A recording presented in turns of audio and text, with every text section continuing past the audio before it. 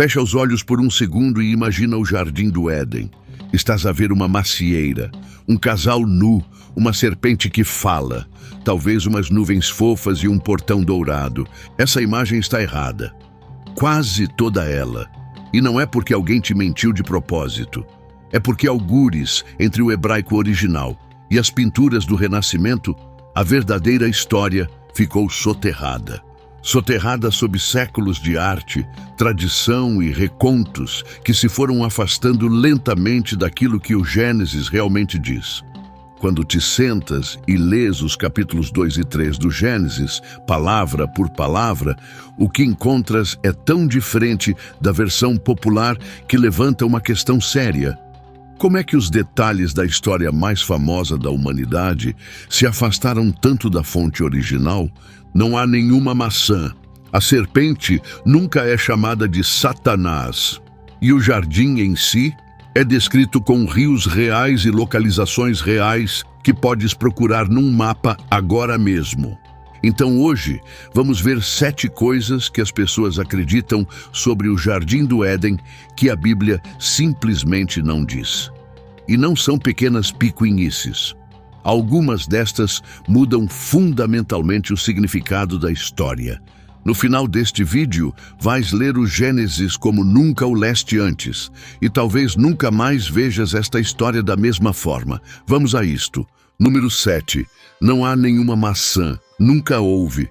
Vamos começar pelo maior mito da história da ilustração bíblica, a maçã. Pergunta a 100 pessoas na rua que fruto Adão e Eva comeram e 95 vão dizer uma maçã. Está em autocolantes, está em desenhos animados. A Apple literalmente deu esse nome à sua empresa, com uma dentada no logótipo. A Bíblia nunca diz isso, nem uma vez, nem sequer perto. E o facto de milhares de milhões de pessoas acreditarem nisso prova como uma ideia pode facilmente substituir o texto original. Gênesis 3:6 diz: quando a mulher viu que o fruto da árvore era bom para comer e agradável aos olhos, e também desejável para alcançar sabedoria, pegou nele e comeu. Também deu ao seu marido, que estava com ela, e ele comeu. É isso. Fruto. A palavra em hebraico é peri, significa fruto, apenas fruto, sem espécie, sem cor, sem descrição, além do facto de parecer bom e prometer sabedoria. Então, de onde veio a maçã? De um trocadilho em latim. É isso, é toda a origem. Quando Jerônimo traduziu a Bíblia para latim no final do século IV, a palavra latina para mal é malum. A palavra latina para maçã também é malum. A mesma grafia, com significados completamente diferentes. E essa única coincidência linguística reescreveu a história mais famosa da Terra. Os artistas viram o trocadilho e foram com ele. Albrecht Dürer pintou uma maçã em 1504. Lucas Cranach pintou uma maçã. Hugo van der Goes pintou uma maçã. E quando pinturas famosas suficientes a mostraram, a imagem substituiu o texto. Um trocadilho em latim tornou-se doutrina. Deixa isso assentar por um segundo. Milhares de milhões de pessoas acreditam que o fruto proibido era uma maçã, por causa de um acidente de tradução numa língua que nem sequer existia quando o Gênesis foi escrito. O público original, israelitas antigos que viviam no Próximo Oriente, nunca teriam imaginado uma maçã. As maçãs não eram comuns naquela região. O candidato mais forte é, na verdade, o figo. E a prova está ali mesmo no texto. Imediatamente após comerem o fruto, Adão e Eva cosem folhas de figueira para se cobrirem. Isso está em Gênesis 3:7. Por que mencionar folhas de figueira se a árvore não era uma figueira? Isso não é coincidência, é uma pista. O Talmud debateu isto. O Rabi Meir disse trigo. O Rabi Nehemia disse figo. O Rabi Yehuda disse uvas. Ninguém disse maçã, ninguém. Mas eis o que realmente importa. O autor do Gênesis escolheu deliberadamente não identificar o fruto. Foi intencional. porque o fruto nunca foi o ponto. A escolha é que era o ponto. E ao transformá-lo numa maçã, transformamos uma história sobre rebelião humana num conto de fadas sobre um fruto mágico. Tornámo-la segura, tornámo-la fofa, retiramos-lhe o peso. E esse é, na verdade, um padrão que vais ver em cada ponto desta lista. O texto real é desconfortável. A versão popular é confortável. E sempre que possível, escolhemos o conforto em vez da verdade. A maçã não mudou apenas um detalhe. Mudou a forma como vemos toda a queda. Uma maçã é uma tentação simples e física. O fruto parece bom. Comes, és castigado.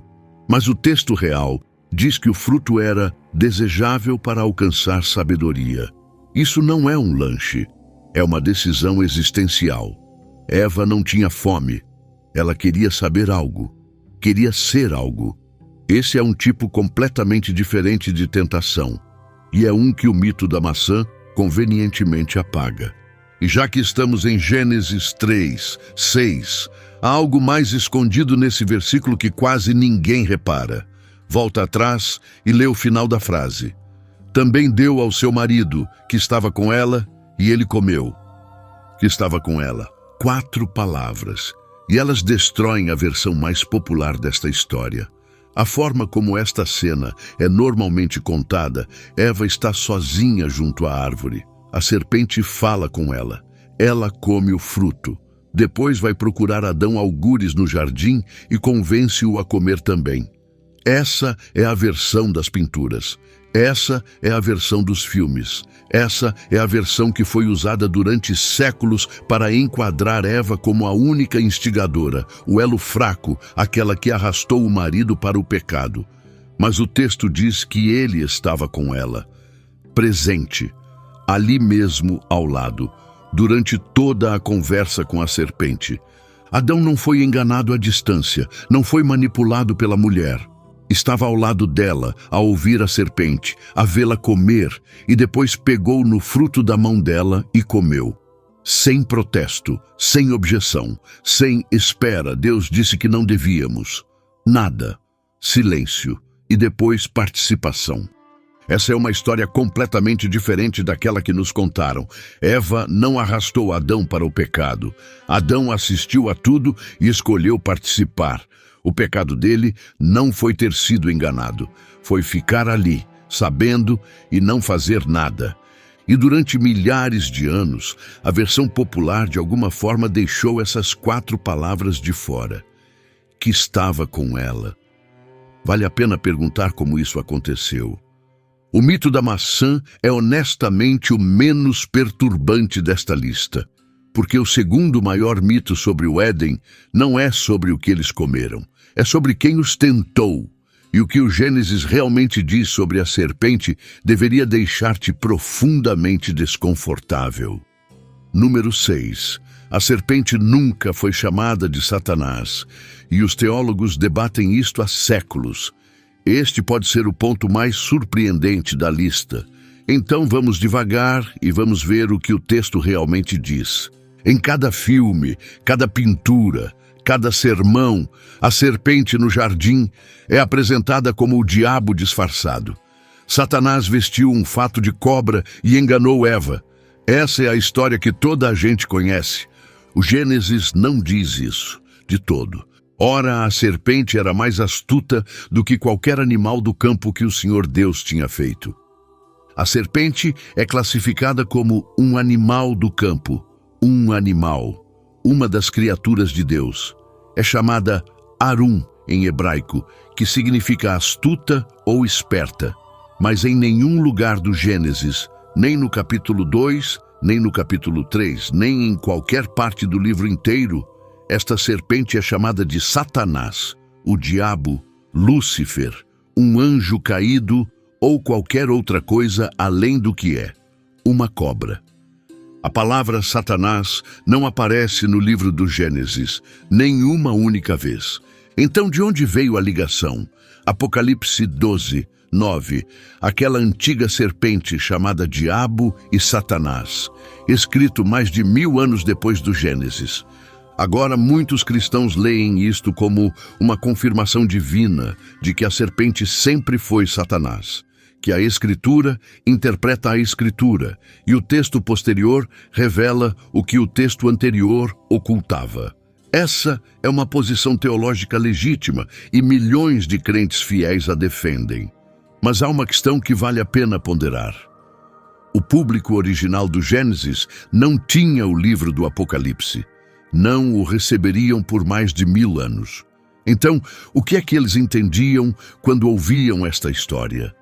O que é que a serpente significava para eles? Os israelitas antigos, que ouviram pela primeira vez a história do Gênesis, não tinham nenhum conceito de Satanás como nós o entendemos. Nas partes mais antigas da Bíblia hebraica, Satã nem sequer é um nome. É um título de função que significa acusador. No livro de Job, o Satã trabalha para Deus. É um membro da corte celestial. É um procurador, não um supervilão. O Satanás, com letra maiúscula que conhecemos, o inimigo cósmico, o governante do inferno, essa figura desenvolveu-se ao longo de séculos, moldada em parte pelas ideias persas do zoroastrismo durante o exílio na Babilônia. É um conceito que cresceu e se aprofundou com o tempo.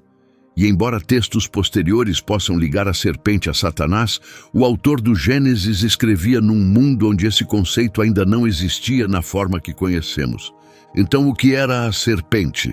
No antigo Próximo Oriente, as serpentes estavam por todo o lado, não como pragas, como deuses.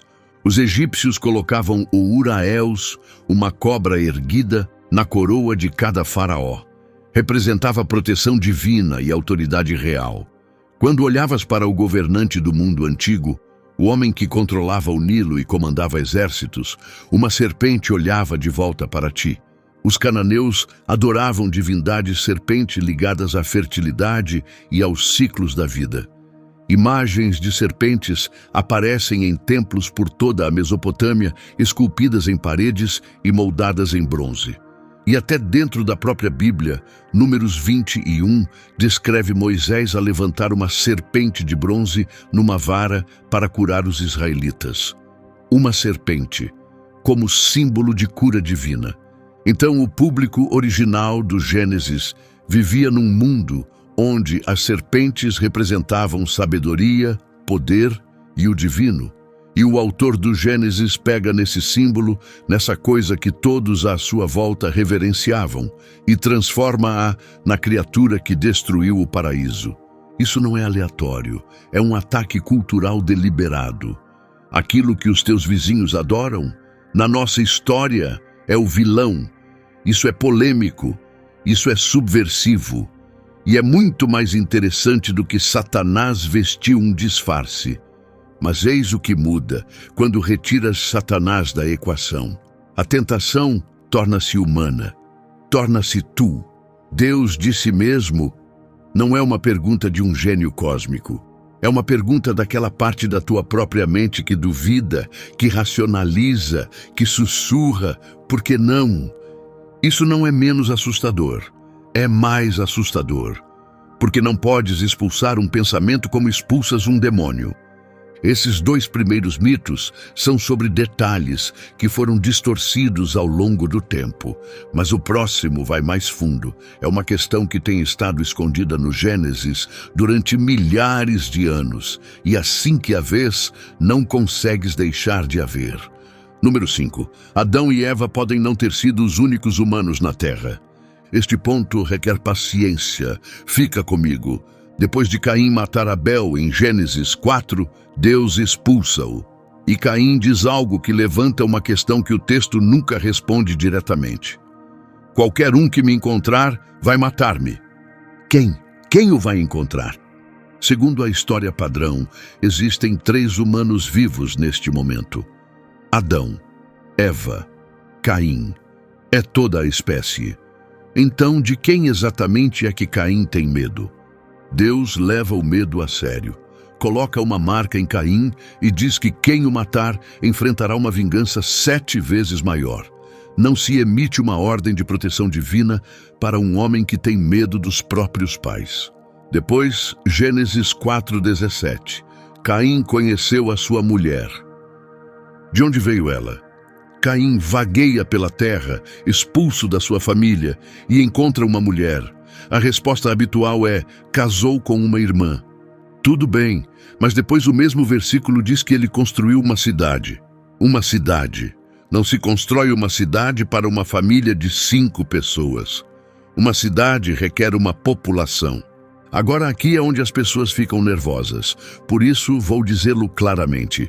Existe uma leitura do Gênesis, apoiada por estudiosos sérios, não teóricos marginais da internet, que resolve cada um destes problemas. Gênesis 1:27. Deus criou a humanidade à sua imagem. Homem e mulher os criou. Isso é a humanidade. Ampla, geral, sem nomes. Gênesis 2 aproxima-se. Um homem específico, um jardim específico, um propósito específico. Como um filme que abre com um plano geral de uma cidade e depois corta para um apartamento. Segundo esta leitura, Adão e Eva não são os primeiros humanos biológicos. São os primeiros humanos da aliança. As primeiras pessoas escolhidas para uma relação específica com Deus, colocadas num espaço sagrado chamado Éden. Fora do jardim, o resto da humanidade já existia. A mulher de Caim, da população mais ampla, o medo dele de ser morto por outras pessoas, a cidade que construiu para habitantes reais. E lembra-te do que Deus diz quando cria Adão: não é bom que o homem esteja sozinho. Se Adão é literalmente o único humano no planeta, sozinho é o eufemismo da eternidade. Mas se ele está sozinho no jardim, separado do resto da humanidade para um propósito sagrado, então a palavra faz todo o sentido. Não é bom que ele seja o único aqui. Sei que esta interpretação desafia o que muitos de nós aprenderam, mas a beleza das Escrituras é que recompensam quem olha de perto. O texto em si é mais rico e mais complexo do que a versão simplificada que herdamos. E lutar com ele não é sinal de fé fraca, é sinal de fé profunda. E considera isto: se o Éden era um espaço sagrado dentro de um mundo mais amplo, então a expulsão ganha um significado diferente. Adão e Eva não foram atirados para um vazio, foram atirados para o mundo onde todos os outros já viviam. Passaram de terreno sagrado para terreno comum, da presença de Deus para a vida sem essa proximidade diária. O resto da humanidade nunca tinha conhecido o Éden. Adão e Eva tinham, e agora perderam-no. Isso não é apenas castigo, é exílio de algo insubstituível. E atinge de forma diferente quando percebes que eles podiam ver o fumo da espada flamejante no horizonte, sabendo o que estava por trás dela. Se ainda estás a ver a esta altura, não és um espectador casual. Queres mesmo saber o que este texto diz? E os próximos 3 pontos são os que mudaram para sempre a forma como eu vejo o Gênesis. A começar pelo facto de que em 1983, um satélite encontrou algo no deserto da Arábia Saudita que corresponde à descrição do Éden no Gênesis, quase na perfeição. Número 4. O jardim tem uma geografia real. Podemos saber onde ficava. O Éden não é um conto de fadas. O autor do Gênesis não o considerava assim e tu também não devias. Gênesis 2, versículos 10 a 14. Um rio nascia no Éden para regar o jardim e dali dividia-se em 4 rios. O texto dá-lhes nome.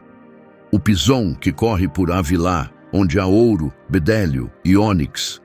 O Gion, que corre por Cuxi, o Tigre, a leste da Assíria, e o Eufrates. O Tigre e o Eufrates ainda existem, pode sobrevoá-los amanhã. Correm pelo Iraque moderno e são a espinha dorsal da civilização há milhares de anos. O Pison e o Gion eram um mistério. Durante séculos, os estudiosos assumiram que eram fictícios. 2 rios inventados para completar a descrição. Depois, os satélites encontraram algo. Em 1983, imagens de satélite revelaram um enorme leito de rio seco a atravessar o deserto da Arábia Saudita. com mais de 600 quilômetros de extensão. Não era um riacho, era um grande sistema fluvial, agora completamente seco e enterrado sob a areia. O investigador da Universidade de Boston, Juris Zarins, passou anos a estudar esta formação e defendeu que se tratava do Pison bíblico. A geologia confirmou. Este rio esteve ativo e a correr até algum momento entre 3.500 e 2.000 a.C., quando o clima mudou e secou. Um rio que estava vivo quando as primeiras versões destas histórias estavam a ser contadas e morto quando estavam a ser escritas. Pensa nisso por um segundo. O autor do Gênesis pode ter estado a descrever um rio que os seus avós conheciam, mas que os seus netos nunca veriam. A terra por onde corre, Arábia, o texto diz que Havilá tem ouro, bedélio e ônix. A Arábia é fonte dos três desde a antiguidade. A mina de ouro de Mahad al-Dahab, na Arábia Saudita Ocidental, que literalmente se traduz como berço do ouro, está ativa há mais de 3.000 anos. A resina de bidélio vem de árvores nativas da Península Arábica. E o ônix é comercializado nas rotas árabes desde antes da história registrada. Cada detalhe que o texto dá sobre o Pison confirma-se no terreno. Se essas identificações estiverem corretas, os 4 rios do Éden convergem na extremidade do Golfo Pérsico, sul do Iraque, coordenadas reais num mapa real. O Jardim do Éden não estava a flutuar nas nuvens, estava na Mesopotâmia, entre rios que ainda correm e rios que agora podemos rastrear a partir do espaço. E a descrição do Gênesis reforça isto. Ouro, bdélio, ônix são bens comerciais, mercadorias específicas de uma região específica. O autor não estava a escrever poesia, estava a dar o equivalente antigo de coordenadas para um público que reconheceria cada detalhe. Isto também explica algo que sempre incomodou os estudiosos. Por que é que a descrição do Gênesis 2 é tão específica?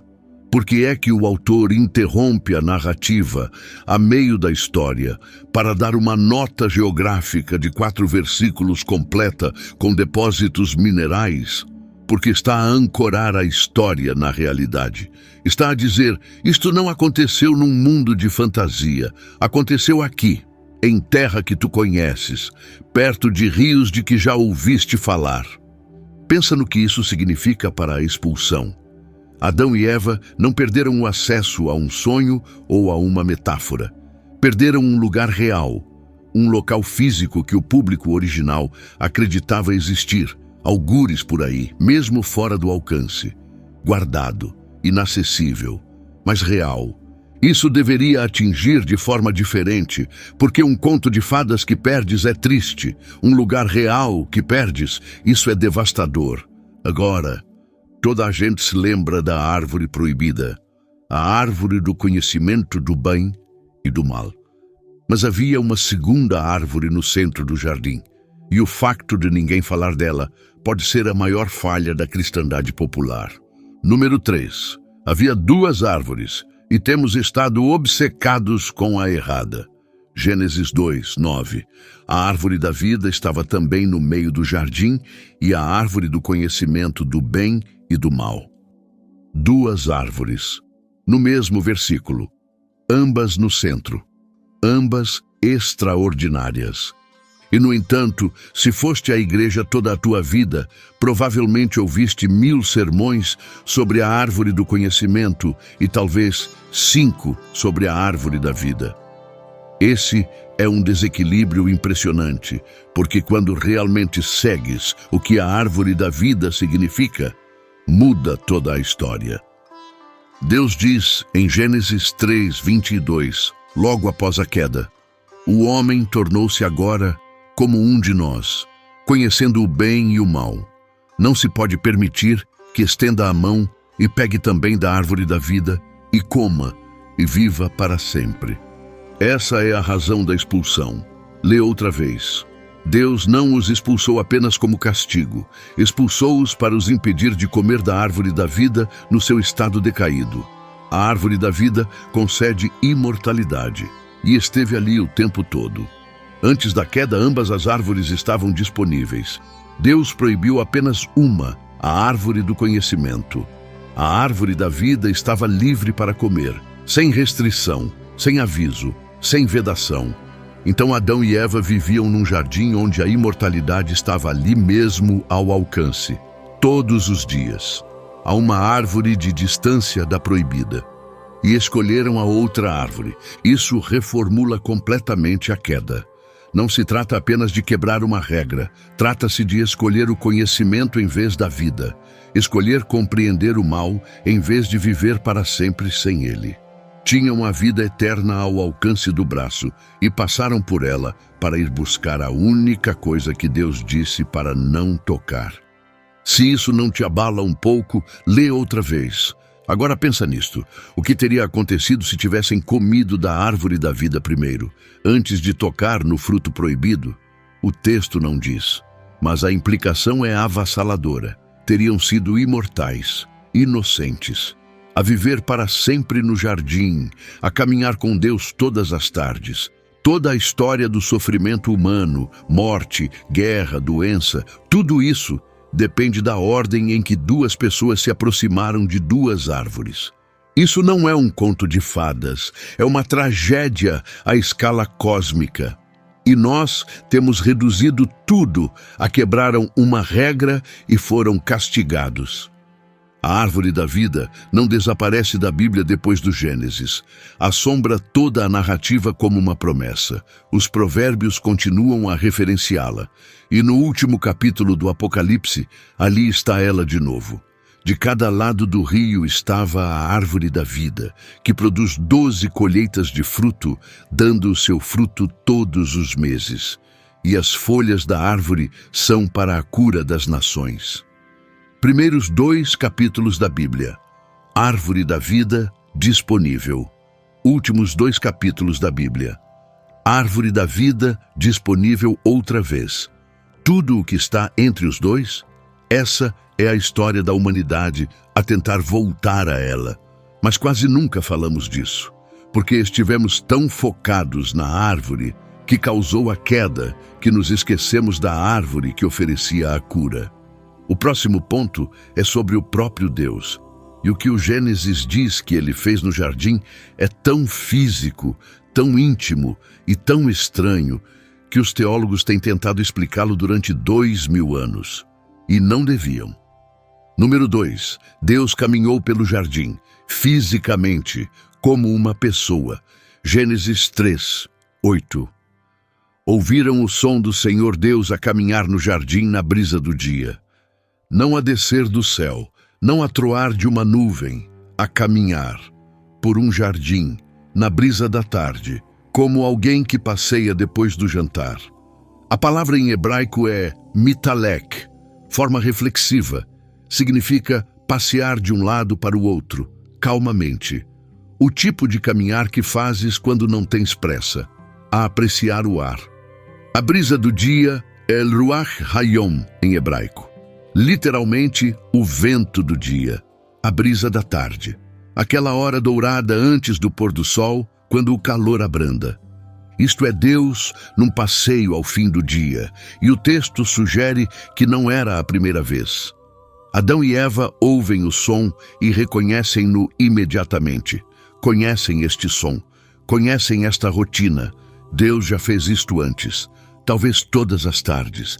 E quando eles se escondem, Deus não envia relâmpagos. Faz uma pergunta. Onde estás? 3 palavras. A primeira coisa que Deus diz à humanidade depois da queda. Não o que fizeste. Não estás amaldiçoado. Apenas onde estás. Ele sabia onde eles estavam. A pergunta não era para ele. Era um convite. Sai. Vamos conversar. A porta ainda não está fechada. Independentemente da tua formação teológica, essa imagem deveria parar-te em seco. O Criador do Universo a passear por um jardim na brisa da tarde, a chamar pelas pessoas que acabaram de estragar tudo. Não com raiva, mas com uma pergunta. E repara na sequência. Deus não começa com acusação. Começa por procurar. Começa com onde estás, não com o que fizeste. O julgamento vem depois. O primeiro instinto, se é que podemos usar essa palavra para Deus, é encontrá-los, diminuir a distância, estar no mesmo espaço outra vez. E esse torna-se o padrão para toda a Bíblia. Deus a procurar, a humanidade a esconder-se, vezes sem conta. Abraão a esconder-se atrás do riso, Moisés a esconder-se atrás de desculpas, Jonas a esconder-se num barco, Israel a esconder-se atrás de ídolos, e de cada vez o primeiro gesto de Deus não é castigo, é busca. Onde estás? Ecoa de Gênesis 3 até aos Evangelhos, onde Jesus diz: o Filho do Homem veio procurar e salvar o que se tinha perdido. O mesmo verbo. O mesmo instinto, o mesmo Deus a recusar que a distância permaneça. Este não é o Deus do Sinai com trovões e fumo. Este é alguém que caminha contigo. E todo o resto da Bíblia, tabernáculo, templo, encarnação, é a história de Deus a tentar voltar a esse passeio.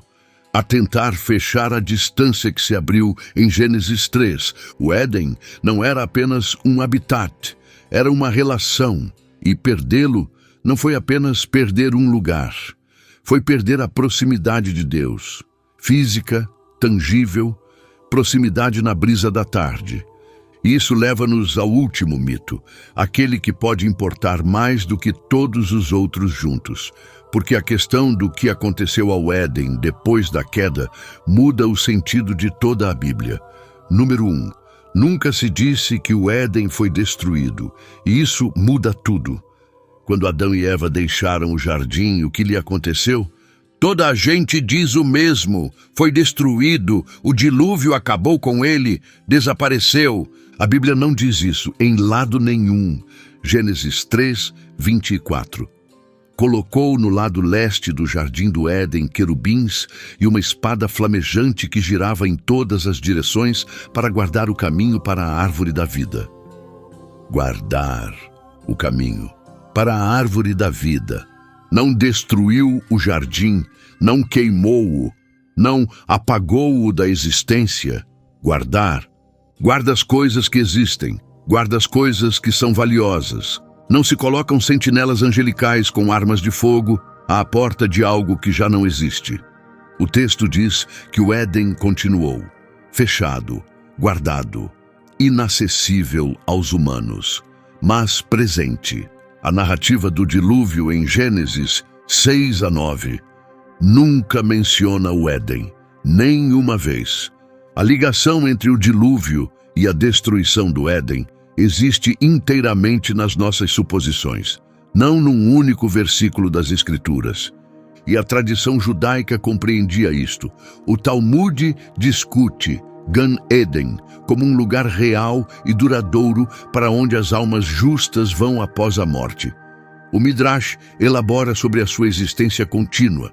As autoridades rabínicas colocavam-no para lá dos limites do mundo conhecido, escondido, mas não destruído. O fio condutor ao longo de milhares de anos de teologia judaica é que o Éden perdura. Depois Jesus, na cruz, diz ao ladrão ao seu lado: hoje estarás comigo no paraíso. A palavra é paradeisos, e é exatamente a palavra grega que a Septuaginta usa para traduzir jardim em Gênesis 2. Não é uma palavra genérica para céu, é a palavra para o jardim. Aquele jardim. Quer Jesus se referisse ao jardim físico ou a um eco espiritual dele, a ligação linguística é inconfundível. E o seu público teria captado isso imediatamente. Segue este fio até os 2 últimos capítulos do Apocalipse. O que encontras? A árvore da vida, rios de água viva, Deus a habitar com o seu povo, sem mais querubins, sem mais espada flamejante. O caminho está aberto e os paralelos são quase inquietantes. Gênesis 2 tem um rio a correr pelo jardim. Apocalipse 22 tem um rio a correr pela nova criação. Gênesis 2 tem a árvore da vida no centro. Apocalipse 22 tem a árvore da vida de ambos os lados do rio. Gênesis 3 tem Deus a caminhar com os humanos.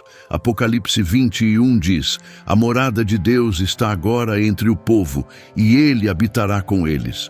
As mesmas imagens, a mesma linguagem, o mesmo jardim, como se o autor do Apocalipse estivesse deliberadamente a dizer: é aqui que começamos e é para aqui que vamos voltar.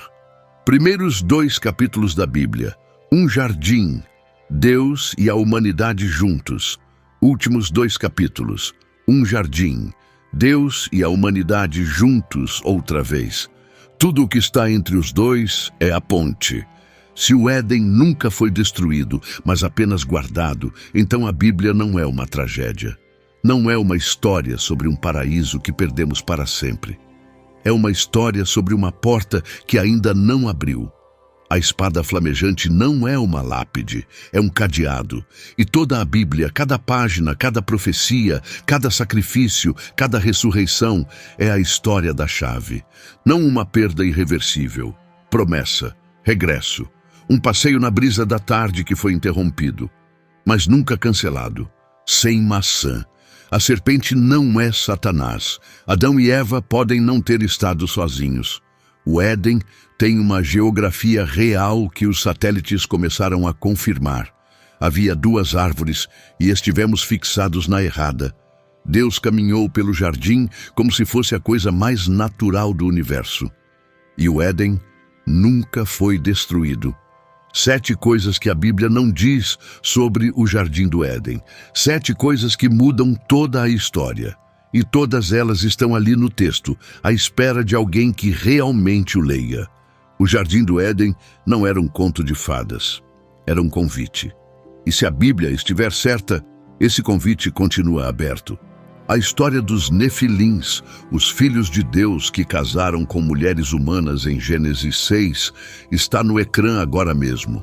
É a passagem mais misteriosa e controversa de toda a Bíblia. Clica nela e deixa um comentário a dizer qual destas 7 te surpreendeu mais.